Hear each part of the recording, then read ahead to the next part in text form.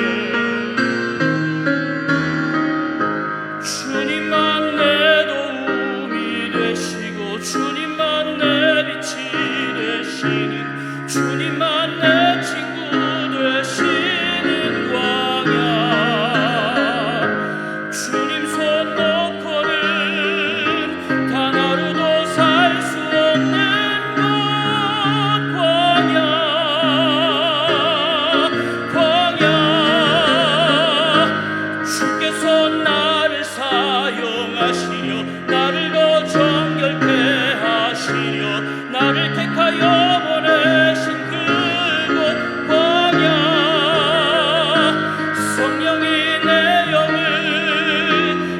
태어나게 하는 곳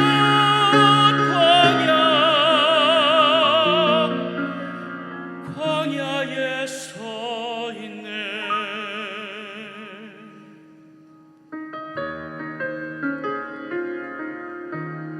내 자가 산산이 깨지고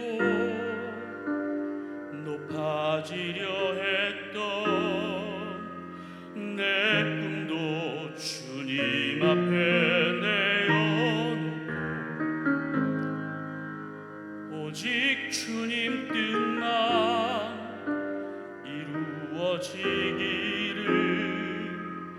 나를 통해 주님만 드러나시기를.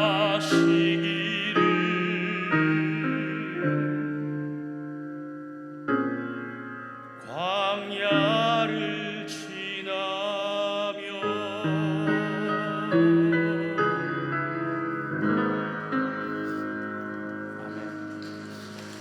우리 작년까지 산부 지휘자 하셨던 이성일 집사님 아시죠? 예, 캄보디아 선교사님으로 가셔서 1년 넘게 하셨는데 귀한 사역도 잘 감당할 수 있도록 우리 다 같이 일어나서 봉헌 찬양하시겠습니다.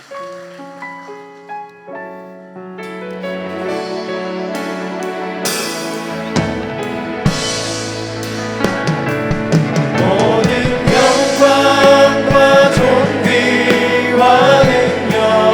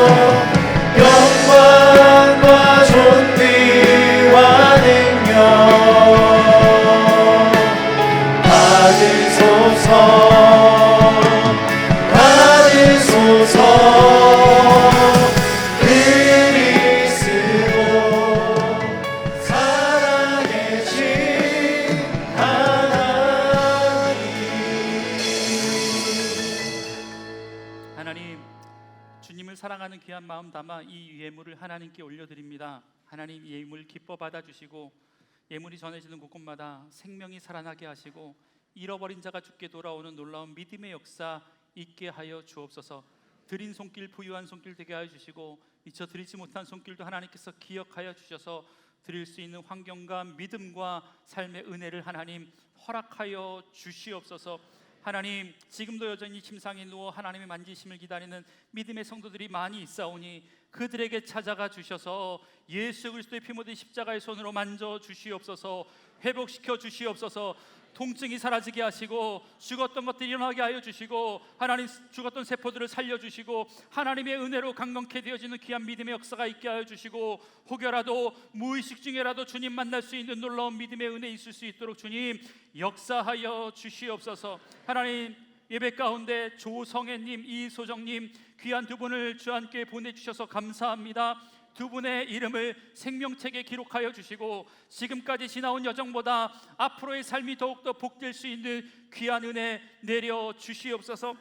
하나님 캄보디아에서 사역하고 계신 우리 이성일 선교사님 하나님께서 함께하여 주시고 그의 사역을 통해서 그 땅에도 하나님 나라가 확장되어진 놀라운 믿음의 역사 일어날 수 있도록 주님 은혜를 더하여 주시옵소서. 복음을 두고 세상에 나아가는 믿음의 성도 하나님 홀로 두지 마시고 하나님 바울과 동행하셨던 하나님 그들과도 함께하여 주시고 바울에게 브리스길라와 아굴라의 믿음의 동역자를 만나게 해주신 하나님의 은혜가 우리 성도들의 삶 가운데 동일하게 임할 뿐만 아니라 누군가에게 우리 역시 브리스길라와 아굴라 같은 믿음의 동역자 될 수 있도록 주님 역사하여 주시옵소서. 모든 말씀 예수님의 이름으로 기도드리오며 여호와는 내게 복을 주시고 너를 지키시기를 원하며 여호와는 그 얼굴을 내게 비추사 은혜 베푸시기를 원하며 여호와는 그 얼굴을 우리 모두에게로 향하여 드사 평강 주시기를 원하노라. 아멘.